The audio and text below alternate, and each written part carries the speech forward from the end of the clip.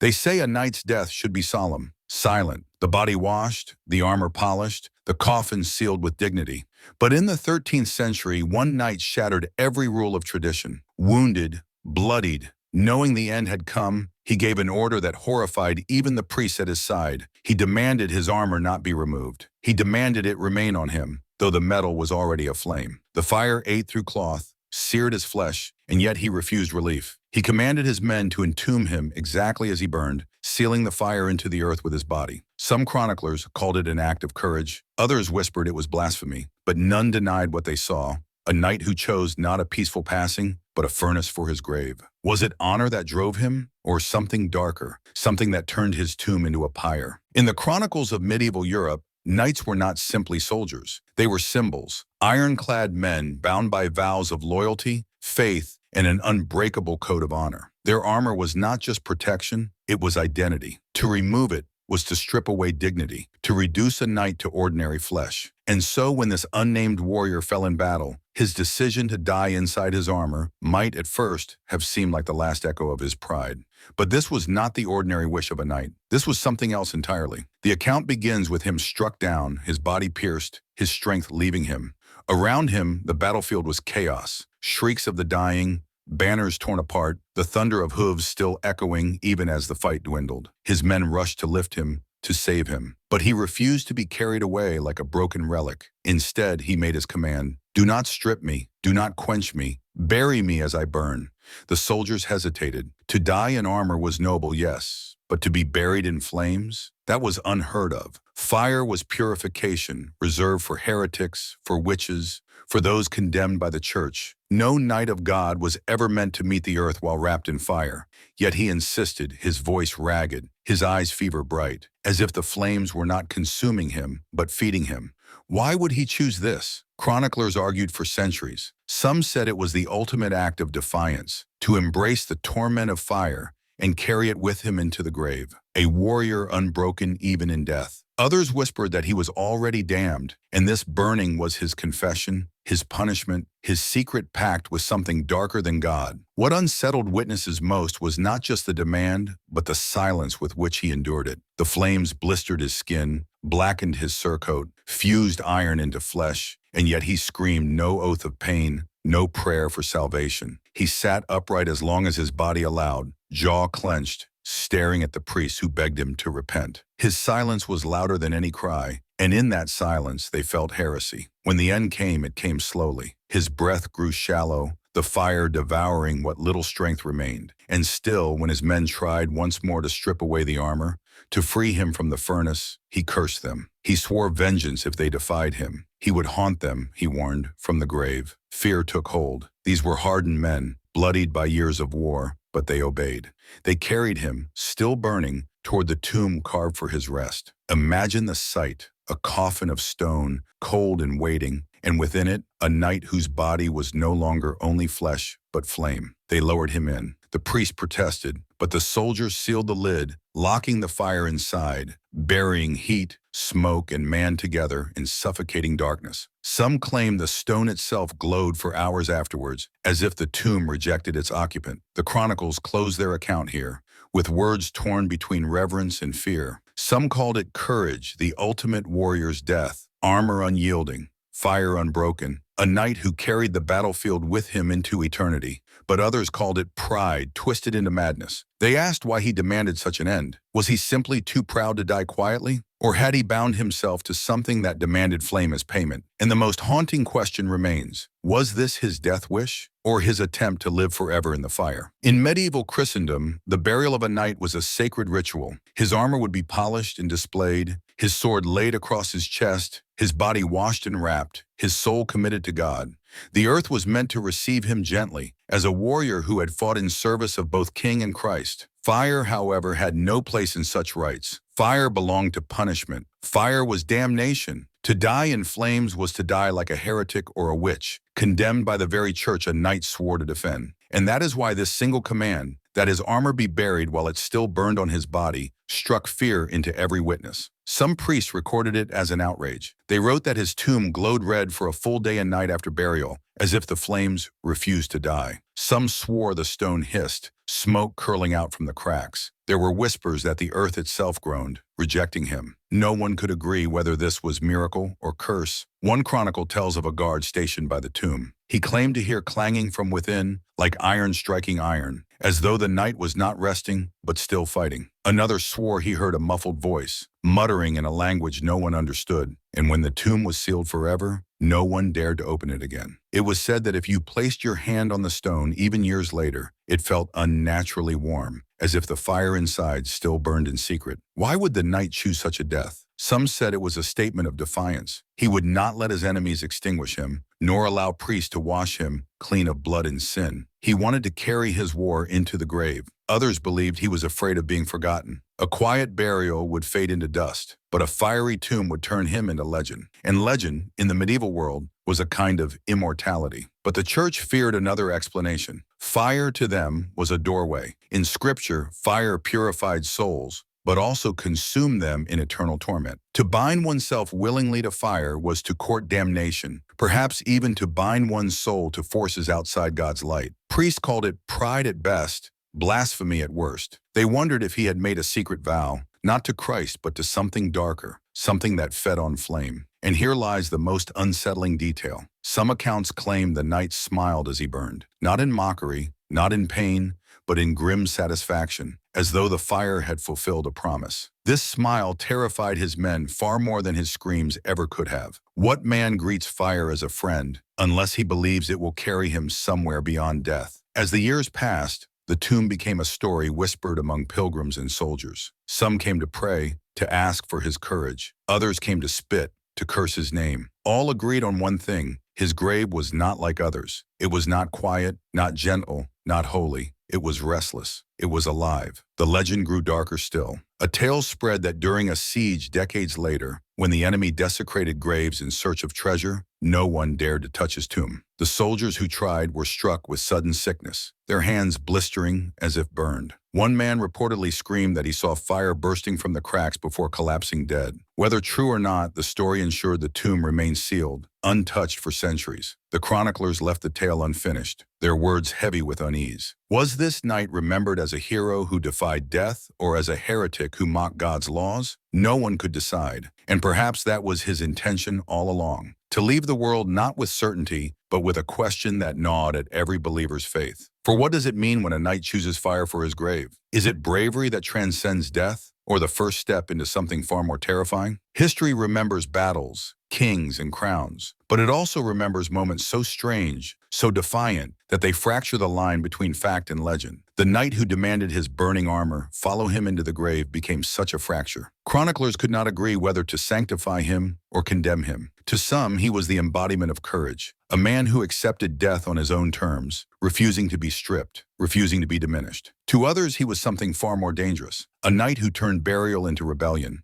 who scorched holy ground with the fire of pride. To understand the full weight of this act, we must step into the mind of medieval Europe. For the church, burial was not just about the body, it was about the soul's passage into eternity. The ritual was precise: washing, blessing, laying the knight in silence, entrusting him to God's mercy. But fire complicated everything. In Christian thought, fire meant two things: purification and damnation. It was the fire of purgatory, burning away sins before heaven. But it was also the fire of hell, eternal and merciless. For a knight to embrace fire willingly was to blur this line, to defy priests who warned that only God could decide the soul's trial. And yet, there was another layer: the knight's armor. In medieval symbolism, armor was not simply metal. It was a second skin, a sacred mantle.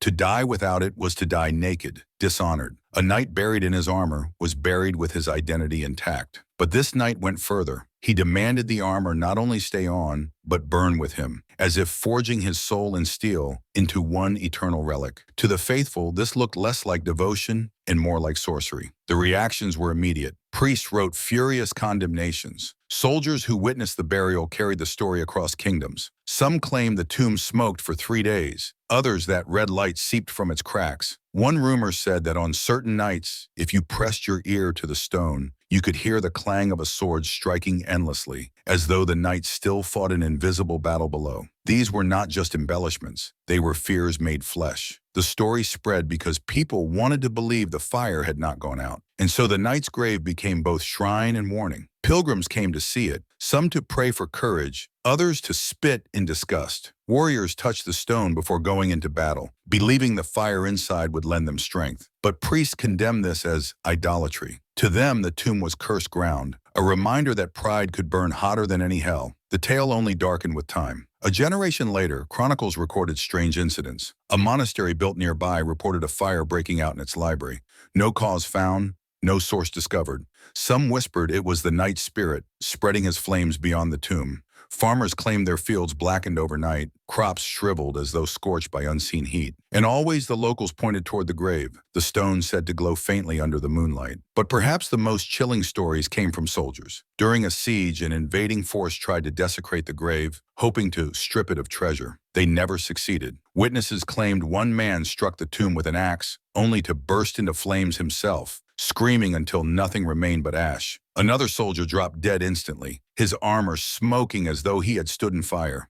Whether these were fabrications or not, the result was the same. No one dared touch the knight's tomb again. Fear itself became its guardian. Yet beneath the terror lies a question that gnawed at the medieval imagination. Why did the knight choose this end? Was it simple pride? The refusal to be remembered as broken flesh? Was it desperation for immortality, to craft a legend so enduring that centuries later, we still speak his name? Or was it something darker still, a pact with flame itself, an offering to powers the church dared not name? Consider the detail repeated by multiple accounts, the smile. As the fire consumed him, witnesses swore he smiled, not with pain, not with madness, but with grim satisfaction. That smile unsettled priests more than anything else. It suggested he did not see the fire as destruction, but as fulfillment. And so the speculation began. Some said he believed the flames would purify his sins instantly, sparing him purgatory. Others whispered he wanted to carry fire into the afterlife, to forge a path no soul had ever walked. And the darkest theory of all, that he welcomed fire because it was already his master. By the late Middle Ages, storytellers no longer spoke of him as merely a knight. They spoke of him as an omen. His tomb was said to burn in silence, his spirit armored in flame, waiting. Waiting for what? No one could say. Some believed he guarded the battlefield for eternity, protecting his liege even in death. Others feared he was no guardian but a curse, that his fire would one day break free, consuming the land as punishment for the sin of burying him alive in flame. The knight's story became more than history. It became a mirror of fear, fear of pride, fear of damnation, fear of what lies beyond death when man dares to defy God's order. And whether or not the tomb still burns, the legend itself has never gone cold. Legends do not remain frozen. They grow, bend, and bleed into the fears of each generation that retells them. The knight's fiery burial was no longer just a strange death. It became a symbol, a warning, and for some, a promise. Among the common people, the story traveled as a whispered folktale. Parents frightened children with it. Disobey, and the burning knight will come, his armor glowing in the dark, carrying the fire that never died. In villages near the tomb, travelers reported seeing strange lights at night, flickers on the horizon, as though fire still licked at the earth where he lay. Shepherds swore their flocks refused to graze near the burial ground, their animals restless and agitated, stamping the soil as if it radiated unseen heat. But in the ranks of soldiers, the tale carried a different weight. To men hardened by war, the knight's defiance was intoxicating. He became a model of endurance, a figure who did not surrender even to death. Some knights began adopting his name in oaths before battle, crying that they too would rather burn in their armor than fall dishonored. The church tried to silence this, declaring the legend a tale of arrogance, not virtue. Yet the more they condemned it, the stronger it spread. What priests called heresy, warriors called strength. Chroniclers recorded pilgrimages to the tomb, men and women kneeling before the sealed stone, not to pray for his soul, but to beg for fragments of his courage. They would press their palms to the cold rock, hoping to feel warmth. Some swore they did. Others claimed their hands blistered, the faint trace of burn marks left behind as proof that his fire still reached out from below. And then came the darker stories. Monks wrote of dreams filled with fire, the knight's voice whispering from the flames, calling them to defy their vows. A manuscript from the late 14th century tells of a novice monk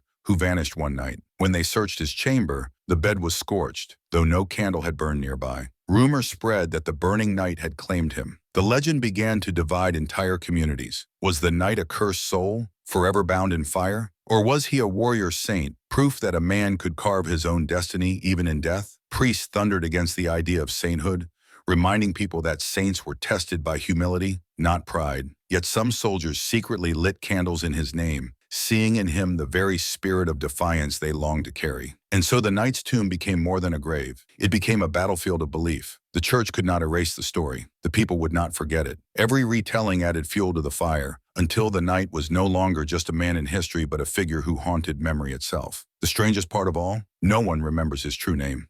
The chronicles that survive speak only of his act, not of his lineage or heraldry. He became nameless, faceless, defined only by fire. It is as if the flames erased his identity, leaving only the story of his burning armor to echo through time. And that, perhaps, was his final victory, or his final curse. He had demanded that his fire be sealed into the earth with him, yet centuries later it was sealed into the minds of all who heard the tale. His body turned to ash, but his legend burned brighter than any flame. Centuries passed, yet the tale of the burning knight refused to die. By the Renaissance, when scholars began questioning old chronicles, the story was retold with a sharper eye. Historians debated whether the account was literal truth or symbolic exaggeration.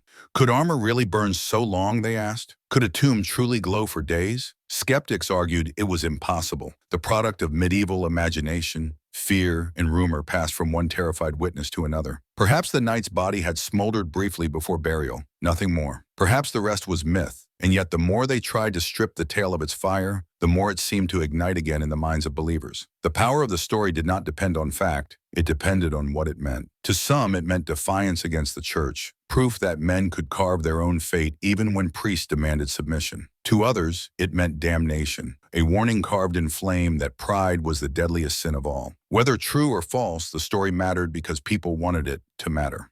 Consider the writings of a 16th century theologian who studied the Chronicles. He declared that the knight's act was a parable of pride. He chose to be buried in his own fire, and so his soul was consumed. But in the same century, a soldier poet wrote verses praising the knight as a model of valor. He burned, yet was not broken. His flame is the oath of men who fear no death. Two interpretations, opposite in meaning, bound forever to the same event. The absence of the knight's true name only deepened the mystery. Was he deliberately erased from history, punished posthumously by the church so his memory would carry no honor? Or did the fire itself become his identity, stripping away family, crest, and lineage until only the act remained? Some historians suspect the latter, that the namelessness was no accident but the very point of the legend. He had fused himself with the fire so thoroughly that he became inseparable from it. To remember his name would be to remember a man. To forget it was to let the fire itself become immortal. Archaeologists who studied the supposed site of his tomb centuries later found only ruins, stones cracked by time, no coffin intact, no relics recovered. This absence did not erase the legend, it fueled it. People asked, had the tomb been destroyed by raiders? Or had the fire inside consumed everything, leaving no trace? A chilling idea spread that the knight's fire had not gone out but escaped, loosed upon the world. Every unexplained blaze, every church fire, every scorched field was blamed on the restless soul entombed in burning steel. And here lies the strange truth of legends. Whether or not they are fact, they shape belief. Men feared the burning knight, others worshipped him, some built shrines to him in secret, and still others whispered that he was no longer resting in his grave at all. They swore he walked battlefields cloaked in ember and ash, his armor glowing red, his sword sparking like molten iron, an omen of death, a knight who could not die quietly. Skeptics dismissed it as madness, folklore born of fear. But for those who believed, the distinction between fact and legend no longer mattered. The knight's fire had passed beyond history into myth, and myths, once lit, are harder to extinguish than any flame. The story of the burning knight began with a single command: bury me as I burn. It sounded like madness, yet it became a legacy. His body turned to ash, his name lost, but his choice, the choice to defy silence, to carry fire into the grave, outlived kings, kingdoms, even the stones of his tomb. What should have been a single death became something else, a wound in memory, a question that has never fully closed. Centuries later, people still ask, was he a hero, too proud to yield even in death, or a heretic, sealing his soul in damnation? Was his fire the light of courage, or the blaze of pride that destroys all it touches? No chronicle gives a final answer, and perhaps that is why the tale endures. Certainty dies, Fire lives. Think of what it means. A knight stripped of his name, remembered only by the act of burning. His life erased, but his death immortal. We often speak of legacy as monuments, words carved in stone, names recorded in books. But his legacy was different. His legacy was fear. His legacy was the shiver in the voice of a priest, the whisper in a tavern, the trembling hand of a soldier who swore he felt heat from a sealed grave. He became eternal not through holiness, not through glory, but through doubt. And doubt burns longer than faith. Some say the fire still lingers, that the ground where his tomb once lay warms unnaturally at night, that soldiers who march past feel restless, their dreams filled with the clang of steel and the smell of smoke, that, in times of war, visions of a knight in glowing armor have appeared at the edge of battlefields, never fighting, only watching, waiting. The priest called it blasphemy, the people called it omen, but all agreed on one thing: the fire was not gone. And so the question turns back on us. Why do we still tell his story? Why do we remember the nameless knight who demanded a grave of fire? Perhaps because something in us recognizes him. The refusal to be forgotten, the hunger to outlive death, the pride that would rather burn forever than fade quietly into dust. We like to think ourselves different from him, bound by reason, by faith, by humility. But are we? Or does the knight's flame still smolder in the corners of our own souls? Maybe that is the true terror of the tale. Not that one man burned in his armor, but that his choice reflects something buried in every human heart. The desperate urge to command death itself, to be remembered no matter the cost. His tomb is long gone. His fire should be extinguished. And yet, when you hear the crackle of wood, when you feel the sting of heat on your skin, when a flame flickers in the dark and you swear it moves as though it watches, remember him, the knight who carried his fire into the earth, the knight who would not let silence claim him. And ask yourself, in the quiet moments you fear being forgotten, if the choice were yours, would you let yourself fade or would you burn?